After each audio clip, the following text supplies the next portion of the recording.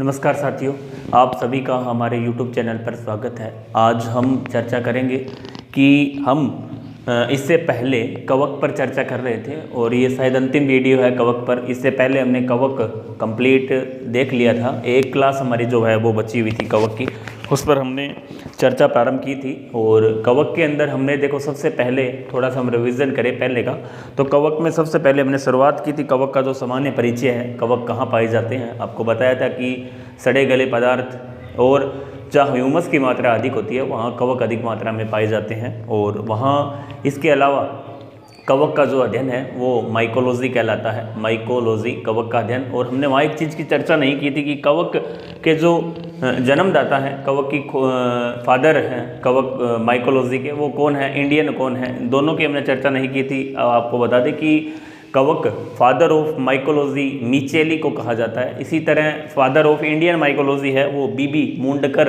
को कहा जाता है। इसके अलावा कवक पर हमने जो इनमें एक संचित भोज्य पदार्थ है वो हमने आपको बताया था अभी, ग्लाइकोजन इनमें संचित भोज्य पदार्थ के रूप में पाया जाता है। इनकी जो सेल वॉल है वो काइटिन की बनी होती है। इसके अलावा सेलुलोज और प्रोटीन्स भी पाए जाते हैं उसमें। इसके लिपिड भी कुछ मात्रा में पाए जाते हैं।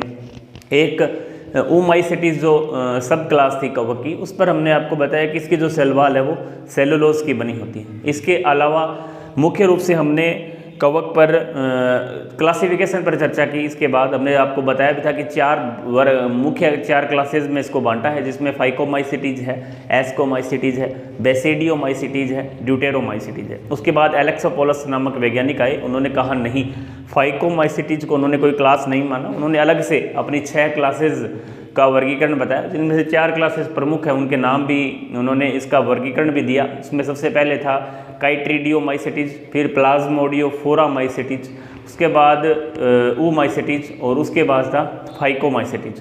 तो इस तरह उन्होंने 4 क्लासेस का अपना वर्गीकरण दिया। उसमें से सब जाइगोमाइसिटीज है, फाइको नहीं जाइगो। मैंने आपको बताया काइट्रीडियोमाइसिटीज, उसके बाद मैंने बोला काइट्रीडियोमाइसिटीज सबसे पहली क्लास है, उसके बाद प्लाज्मोडियोफोरामाइसिटीज, उसके बाद मैंने बोला ऊमाइसिटीज और उसके बाद है जाइगोमाइसिटीज। ये 4 क्लासेस थी उनकी। उसका भी उन्होंने सिंपल वर्गीकरण किया। मैंने आपको वहाँ लिखाया भी है कि इनमें रिप्रोडक्शन जो है वो किस प्रकार का था। जो पहला है काइट्रीडियोमाइसिटीज, उसमें जो रिप्रोडक्शन था उसमें आइसो और एनाइसोगाइमस थे। इसके अलावा दूसरा जो है प्लाज्मोडियोफोरामाइसिटीज, उन्होंने इसमें केवल आइसोगेमस प्रकार का रखा। इसी तरह ऊमाइसिटीज है, उसमें उन्होंने ऊगेमस प्रकार का रखा। इसी तरह लास्ट जो जाइगोमाइसिटीज है उसके अंदर उन्होंने आइसोगेमस प्रकार का सेक्सुअल रिप्रोडक्शन बताया। इसमें अलावा इनके जो एग्जाम्पल हैं, जो पहली क्लास है उसका जो महत्वपूर्ण रोग और रोग कारक जो हैं वो कई बार पूछ लिए जाते हैं। जिनमें पहली जो क्लास है वो है काइट्रीडियोमाइसिटीज, उसमें उन्होंने सिनकाइट्रियम एंडोबायोटिकम,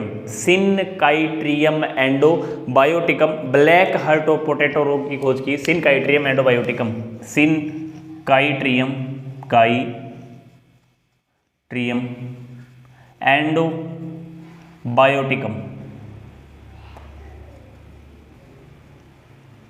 इसका मतलब है एग्जाम्पल है सिनकाइट्रियम एंडोबायोटिकम। इससे जो रोग होता है वो होता है ब्लैक हार्ट ऑफ पोटैटो आलू के अंदर ब्लैक हार्ट डिजीज जो है इससे होती है सिनकाइट्रियम एंडोबायोटिकम। इसके बाद जो था प्लाज्मोडियोफोरामाइसिटीज, इसका एग्जाम्पल आपको पता है प्लाज्मोडियोफोरा है, कोई इंपॉर्टेंट नहीं है ज़्यादा।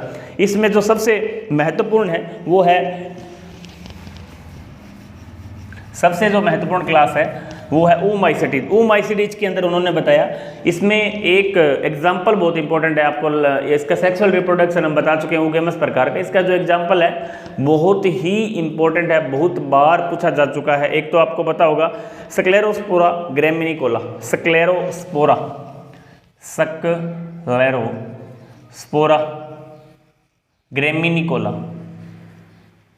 ग्रैमिनिकोला, ये बताया आपको बाजरे में हरित बाली रोग जो उत्पन्न होता है वो इसी के कारण होता है। इसके अलावा एग्जाम्पल इसका और महत्वपूर्ण है वो है पाइथियम स्पीसीज। पाइथियम जो है उससे होता है गीला पतन रोग। इस तरह के एग्जाम्पल मैंने आपको पहले बता भी दिए, देख भी लिए होंगे आपके। इसके बाद इसका जो था लास्ट था जाइगोमाइसेटिस, उसका कोई ज़्यादा महत्वपूर्ण है नहीं। तो इसकी चारों सब क्लासेज हमने देखी। इसके बाद हमने चर्चा एक एक पॉइंट पर चर्चा की कि फाइकोमाइसेटिस के अंदर हमने चारों क्लासेस की। उसके बाद हमने बेसिडियोमाइसेटिस का देखा, उसमें आपको बताया भी था कि डोलिपोर सेप्टम प्रकार के जो कवक तंतु वो पाए जाते हैं, विशेष क्लैंप कनेक्शन से संबंधित भी हमने वहाँ चर्चा की। इसके बाद हमने एस्कोमाइसेटिस पर देखा, इनका जो माइसीलियम है वो आपको पता है सेप्टेड प्रकार के हैं, पट्ट युक्त होते हैं। पहले थे पट्ट रहित, उसके बाद तीनों क्लासेस के पट्ट युक्त थे। इसमें इसके अलावा लास्ट में हमने बेसिडियोमाइसेटिस की चर्चा की। इसके जो एग्जाम्पल है उनको हमने देखा। बेसिडियोमाइसेटिस के अंदर एस्कोमाइसेटिस के अंदर एक चीज़ हमने आपको देखी होगी, फलनकाय के जो प्रकार थे वो थोड़ा देख लेना आप। क्लिस्ट्रोसीसियम है, पेरीथीसियम है, एपोथीसियम है, उनके जो एग्जाम्पल मैंने बताए वो आप अच्छे से देख लेना। इसके बाद हमने चर्चा की लास्ट के अंदर ड्यूटेरोमाइसेटिस की हम चर्चा करेंगे। इसके बाद ड्यूटेरोमाइसेटिस एक ऐसी क्लास है कवक की जिसके अंदर ड्यूटेरोमाइसेटिस के अंदर आपको पता होना चाहिए कि एकमात्र कवक की ऐसी क्लास है जिसमें सेक्सुअल रिप्रोडक्शन है जो एब्सेंट होता है। इनमें कोनिडिया द्वारा अलैंगिक जनन पाया जाता है और सेक्सुअल रिप्रोडक्शन की जगह इनमें पाया जाता है पैरासेक्सुअल रिप्रोडक्शन। पैरासेक्सुअल रिप्रोडक्शन एक प्रकार का समसूत्री विभाजन होता है जो कि अब जीन विनिमय के अंदर रिकॉम्बिनेशन जो हम पढ़ते हैं, जीन विनिमय से संबंधित जनन होता है, उससे रिलेटेड होता है। सेम जीन विनिमय की भांति ये कार्य करता है, लैंगिक जनन नहीं होता। इनमें लैंगिक जनन की जगह जीन विनिमय पाया जाता है। एक तरह से आप इसको ध्यान में, आपने को केवल आपको ये ध्यान में रखना है पैरासेक्सुअल रिप्रोडक्शन पाया जाता है। पैरासेक्सुअल का मतलब है जिनमें लैंगिक जनन का अभाव होता है, उनमें उसके स्थान पर जो दूसरा जनन होता है उसे पैरासेक्सुअल रिप्रोडक्शन कहते हैं।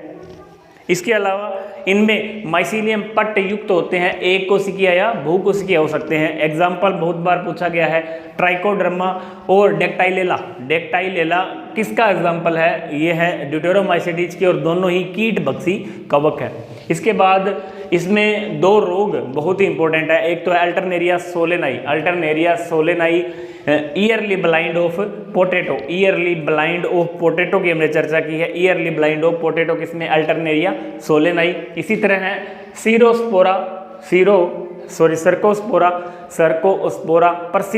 Cercospora पर्सिनोटा, tikka disease. जो टिक्का डिजीज है वो आपको पता है ग्राउंड नट, मूंगफली में टिक्का डिजीज जो पाई जाती है वो किसमें पाई जाती है? सर्कोस्पोरा पर्सिनोटा। इसी तरह एक एग्जांपल और है कोलेट्राइकम फैल्कुलेटम। कोलेट्राइकम फैल्कुलेटम ये है red rot of sugarcane, गन्ने के अंदर जो रोग ये पाया जाता है Colletotrichum falcatum red rot of sugarcane. ये भी कई बार, तो आपको कवक के अंदर मुख्य रूप से करना कुछ भी नहीं है। कवक में हमें केवल और केवल जो इसके एग्जाम्पल हैं, इससे संबंधित रोग हैं, रोगजनक हैं, या इसका जो रिप्रोडक्शन है, सेक्सुअल रिप्रोडक्शन है, सामान्य परिचय है और इनका जो क्लासिफिकेशन है उनको आपको थोड़ा ध्यान में रखना है। थोड़ा सा आप आइडिया रख लेते हैं तो आपको वहाँ ऑप्शन मिलेंगे, आप आसानी से इसको सही कर सकते हैं। इसके अलावा दो चीज़ें जो वहाँ छूट गई थी, हमने नहीं लिखा था। एक तो वैसे लास्ट के अंदर हम इसको देख रहे हैं कि दाद जो हो जाती है कई बार अपने शरीर पर, वो रोग भी किससे संबंधित होता है? कवक से संबंधित होता है। और होता किससे है? इस कवक का विशेष नाम है ट्राइकोफाइटोन और माइक्रोस्पोरम। ये दो ऐसे कवक है जो किसको रोग पैदा करते हैं? दाद, जो शरीर के ऊपर दाद हो जाती है, फुंसिया सी हो जाती है, ये रोग किससे संबंधित है? कवक से संबंधित है। उसका नाम है ट्राइकोफाइटोन और माइक्रोस्पोरम। इसी तरह खनिज लवणों का पता लगाने के लिए कैल्शियम है, मैग्नीशियम है, कॉपर है, जिंक है, इन आदि खनिज तत्वों का जो पता है वो लगाने के लिए हम एस्परजिलस नाइगर का प्रयोग करते हैं। एस्परजिलस नाइगर एक कवक है, उसका प्रयोग वहाँ पर किया जाता है। इसके अलावा नीचे मैंने एक लिख रखा है कि फादर ऑफ माइकोलॉजी, आपको बताया था मिचेली है। इसी तरह फादर ऑफ इंडियन माइकोलॉजी है, वो कौन है? बीबी मुंडकर है। हमने वहाँ पर सवाल की भी चर्चा नहीं की थी। फादर ऑफ फाइकोलॉजी ये है माइकोरी है। फाइकोलॉजी के अंदर हम चर्चा करें तो फ्रिस्ट नामक वैज्ञानिक थे जो किससे संबंधित है? शैवाल के पिता है। और इंडियन शैवाल के जो पिता है, Indian phycology, father of Indian phycology, वो है MOP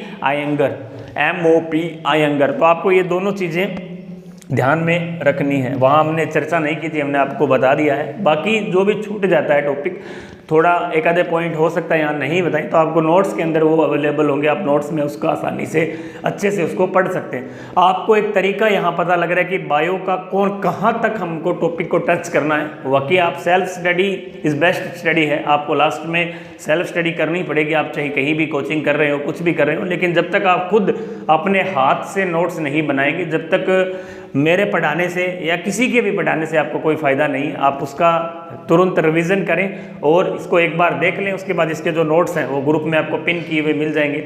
toppers Ranveer sir second grade science के नाम से ग्रुप है, मैं लिख देता हूँ, टॉपर्स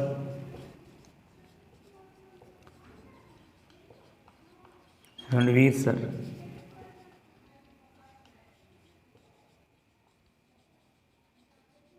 सेकंड ग्रेड साइंस, ये आप सर्च करेंगे तो आपको टेलीग्राम पे ग्रुप मिल जाएगा। इसी तरह जीके का भी है, टॉपर्स रणवीर सर सूरतगढ़ के नाम से, तो आप दोनों को ज्वाइन कर लें। आपको जो भी सूचनाएं होगी या कोई इम्पोर्टेंट नोट्स हैं, इंपॉर्टेंट टॉपिक होंगे, वो आपको वहाँ मिल जाएंगे। आगे है 3 चीज़ें बहुत कई बार पूछ ली गई है, ये बहुत इंपॉर्टेंट है। फर्स्ट ग्रेड एसीएफ में एक बार पूछा गया था कि एस्परजिलस को क्या बोला जाता है। एस्परजिलस को ब्लैक मोल्ड कहा जाता है, ये हमने चर्चा कर चुके हैं पहले। इसी तरह पेनिसिलियम है, उसको क्या बोला जाता है, ब्लू और ग्रीन मोल्ड बोला जाता है। न्यूरोस्पोरा है, उसको रेड या पिंक मोल्ड बोला जाता है। यहाँ ब्लैक की जगह ब्राउन भी आ सकता है, यहाँ पिंक भी आ सकता है। एस्परजिलस को ब्लैक या ब्राउन, पेनिसिलियम को ब्लू या ग्रीन, न्यूरोस्पोरा को रेड या पिंक मोल्ड बोला जाता है। तो ये भी आप ध्यान में रख सकते हैं। इसके बाद हमारा जो कवक है, इससे पहले प्लेलिस्ट में जाकर आप सवाल का भी अध्ययन कर चुके हैं, हमने सवाल को भी पढ़ा है। और इसके बाद हम चर्चा करेंगे, क्योंकि सवाल और कवक से जुड़ा हुआ एक टॉपिक है लाइकेन। इंपॉर्टेंट टॉपिक है, सेकंड ग्रेड फर्स्ट ग्रेड में कई बार प्रश्न पूछा जाता है। लाइकेन आपको पता होगा कि शैवाल और कवक का सहजीवी संबंध होता है। कवक और शैवाल का सहजीवी मतलब दोनों एक दूसरे पर निर्भर होते हैं, दोनों को आपस में एक दूसरे की जरूरत होती है, दोनों एक दूसरे से जुड़े रहते हैं। वो दोनों का अलग अलग कार्य है, कोई किस कारण से कोई किस कारण से, दोनों को हम विस्तृत रूप से चर्चा करेंगे। और हमने कोशिश की है कि एलन की सीट हो, राजस्थान बोर्ड की बुक हो, एनसीईआरटी, उन सब का निचोड़ मिश्रण हमने इस शैवाल और कवक पर चर्चा की। इसी तरह आगे लाइकेन, फिर ब्रायोफाइट, टेरिडोफाइट सब पर चर्चा करेंगे। आप लगातार जुड़े रहें और आसपास की जो नेगेटिव न्यूज़ है, आसपास का जो नेगेटिव माहौल है, उससे दूर रहें। कोई वैकेंसी आए नहीं आए, इस तरह की जो सूचनाएं वायरल होती हैं उनसे आप दूर रहें। आप केवल अपनी तैयारी जारी रखें। हो सकता है वैकेंसी में देरी हो, लेकिन आपकी तैयारी वैकेंसी से पहले महत्वपूर्ण है। आप जब तक वैकेंसी आने तक आप अपने सिलेबस को कवर कर लें, ताकि आपको किसी भी प्रकार की समस्या ना हो। वैकेंसी आने के बाद आपको मैं हमेशा कहता हूँ, युद्ध जो काल है, युद्ध काल के समय तैयारी नहीं होती, वहाँ केवल रिवीजन होता है। अभी जो शांति काल चल रहा है, इस समय आप अपने आप को प्रिपेयर कर सकते हैं, आसानी से देख भी सकते हैं, नोट्स बना सकते हैं और उन चीज़ों का गहनता से अध्ययन कर सकते हैं कि हाँ इस टॉपिक से किस तरह के प्रश्न पूछे जाने हैं। तो आप एक बार पिछले पेपर भी साथ साथ सोल्व करते रहें और हम जैसा कि आपको वादा किया था, प्रॉमिस किया कि हम लगातार आपके साथ जुड़े रहेंगे आगे वैकेंसी तक, जब तक एग्ज़ाम सेकंड ग्रेड का नहीं हो जाता है। तो आप नेक्स्ट फिर वीडियो में हम आपसे लाइकेन पर कल चर्चा करेंगे। इसके अलावा जीके के भी मैंने शॉर्ट नोट से संबंधित जो वीडियो डाले थे वो भी आगे साथ साथ चलते रहेंगे। चौहान चल रहा था तो उस पर भी हम चर्चा करेंगे। तो आप इनके जो नोट्स हैं वो ज़रूर बना लें। मैं बार बार आपको एक बात बोल रहा हूँ, शॉर्ट नोट्स जिसे बोले, इस तरह के नोट्स आप अपने प्रिपेयर कर लें, ताकि जब एग्ज़ाम हो, रिवीजन की आवश्यकता हो, उस समय आप आसानी से रिवीजन है जो अपना कर सकते हैं। तो नेक्स्ट हम क्लास में कल चर्चा करेंगे। तब तक के लिए जय हिंद, जय भारत, जय राजस्थान।